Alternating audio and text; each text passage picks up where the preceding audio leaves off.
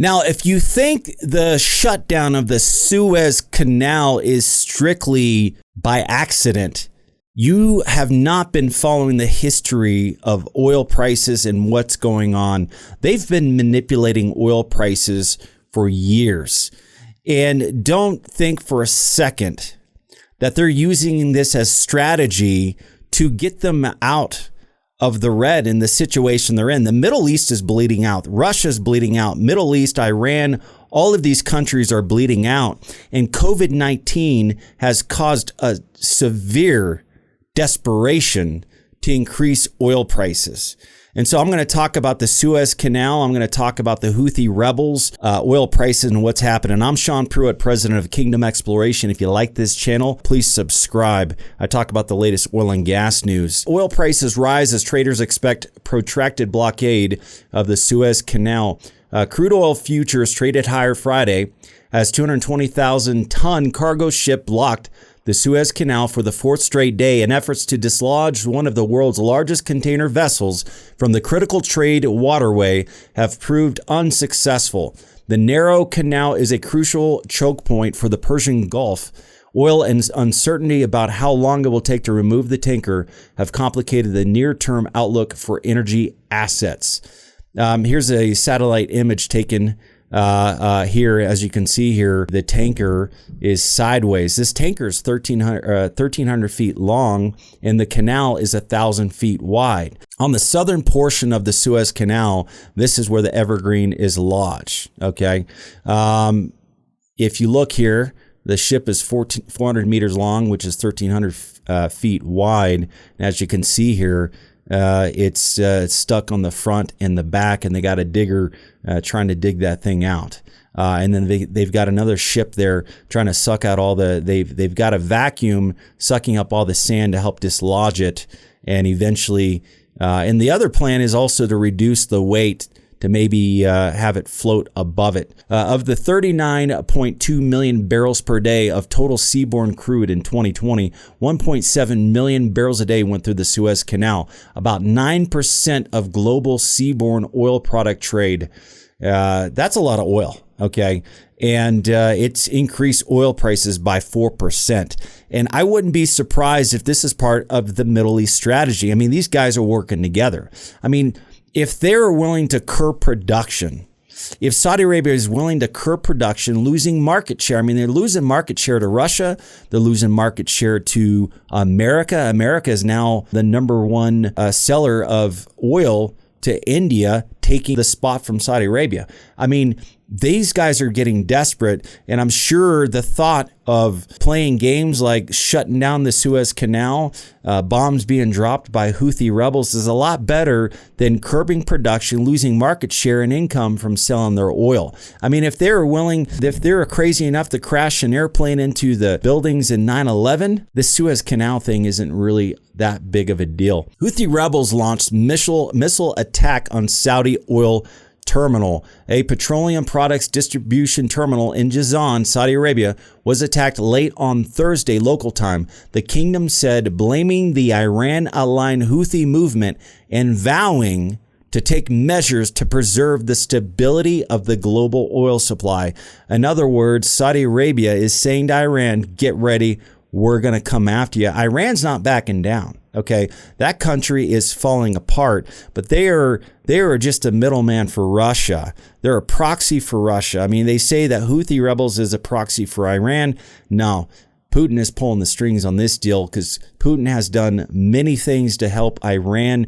And if you haven't studied the relationship between Iran and Russia, without Russia, Iran would be in a much worse situation than they are. So look, Putin's scratching his back and Iran scratching his, and it's all a plan to increase oil prices.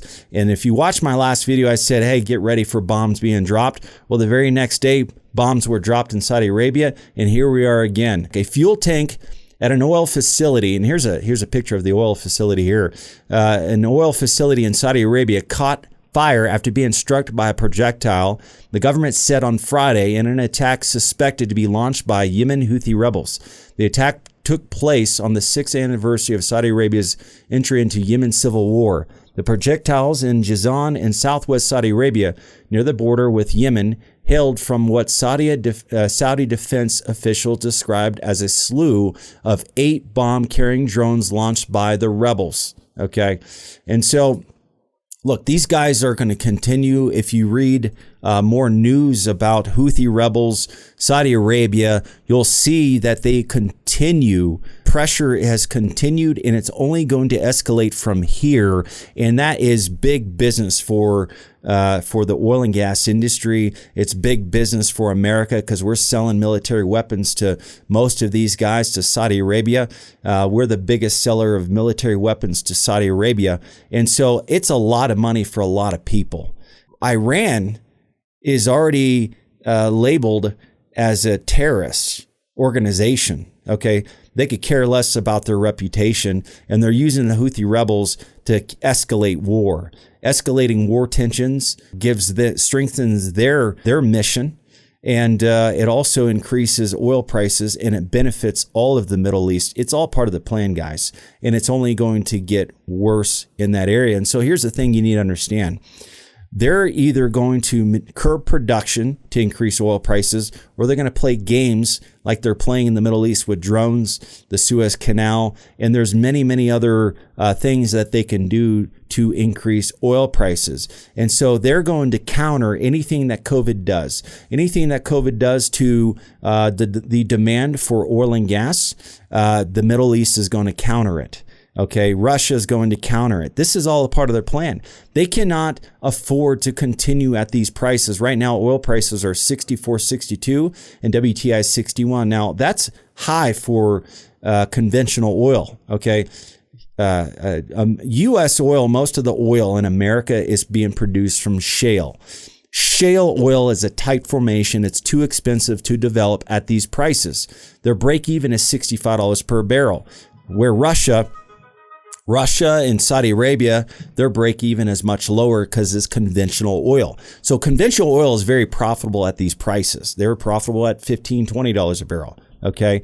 Now these guys they've been sucking wind for a long time now, and they need to make up for that. And they can't make up for it just by having oil prices sit at $60 a barrel. They need $100 oil. This is all a manipulative tactic to increase oil prices. And so it doesn't matter what is happening in the news, because a lot of these news agencies are putting out news.